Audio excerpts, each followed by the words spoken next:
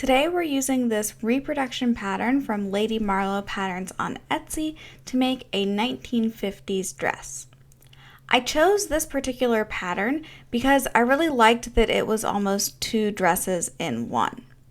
You can make it with two of the same piece of fabric, or you can make it with a contrasting color like the black and white version in the center, or you could even make just one half of the dress and then wear it with pants and a top underneath, or wear a pencil skirt underneath.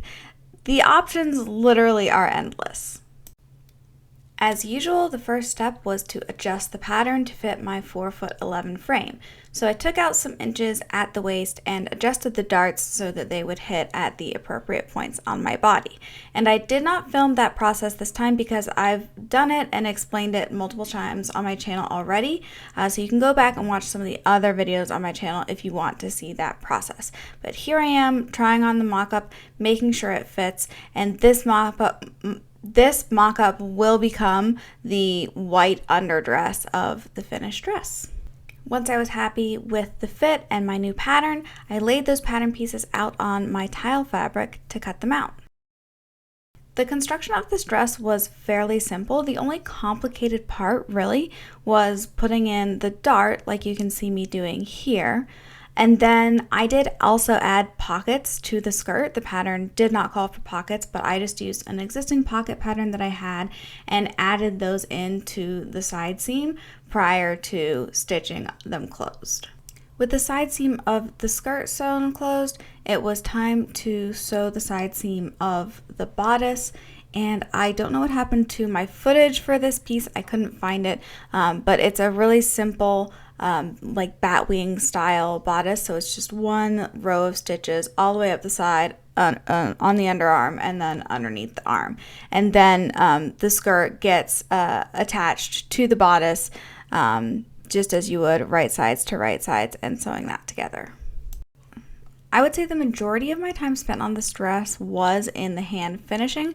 I really wanted a clean professional look, so for the hem I did the tiny little blind hem stitches, and then I also did stitch a waist tape to the interior waistband, and then I added clasps for the skirt closures to both the inner dress and the outer tile dress. If you wanted to save some time here, you could just do seam stitching for all of your hems, and that would really save a lot of time. And one final detail I thought this dress needed was to have a bit of a poofier skirt. So I got to work making a petticoat. I used petticoat netting that I ordered from Joann's, and I ordered an entire bolt but ended up not needing to use it. I divided my skirt length into 3 equal parts. I think I ended up with like 8-inch sections.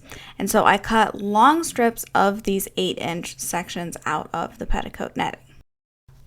The petticoat is made up of 3 tiers of this netting material, and they all have a different amount of material that go into them. So the first tier is 97.5 inches. The second tier is 234 inches, and the third tier is 686 inches. And this is so that when you gather all of this tulle up, it gets poofier at the bottom than it is at the top. I sewed the first tier to the second tier, making sure to spread my fabric out evenly. And I did this by making folds in both of the petticoat tiers so that I would divide each of them into 8 sections. And so pinning those sections together, I knew that at least though I had extra fabric in the second tier that I would need to gather down, I would have it evenly spaced and I could be able to gather it by hand as I'm stitching. And one other thing to mention here is that sewing this netting or tulle fabric together, I'm not sewing right sides to right sides. I'm overlapping the layers and then stitching down the top. This fabric is so stiff that if I were to try to do right sides and have like the raw edges both on the inside of the fabric, I don't think that it would really fold down very well, and I think it would also end up being very scratchy on the inside. I used the same folding and pinning process to attach the third tier to the second tier, and let me tell you, this took forever. It is such a huge amount of fabric that is going into this petticoat.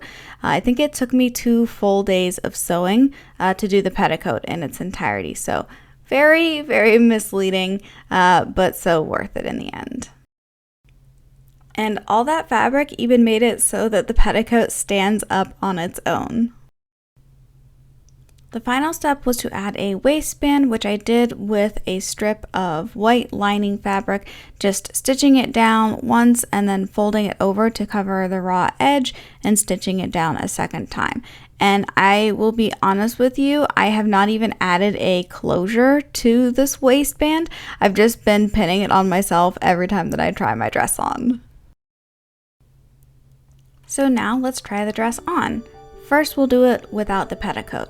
And I wanted to show you this clip of me actually getting into the dress because it is a little bit difficult to get into the dress by yourself because the clasp really is truly at the side of your body and the fabric does not stretch. It's hard to see what you're doing and hard to get the clasp closed, but eventually I do get there. I'm also styling this with a red belt that my mom gave me, and I believe that this belt was originally my grandmother's, probably from the 1950s. I think it goes perfectly.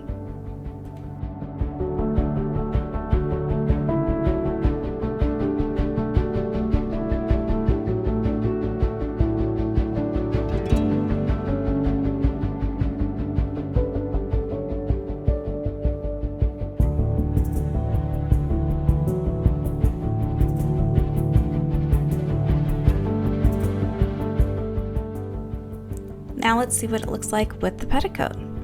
This petticoat turned out a little bit fuller than I was anticipating, and it's also just a smidge too long for the dress. I can't decide whether I like it or not. I kind of feel like it makes me look like a big cake topper or something. I don't know if the dress fabric needs to be more full than the petticoat, but I can't decide if I like it. Let me know in the comments what you think. Do you like it better without the petticoat or with the petticoat?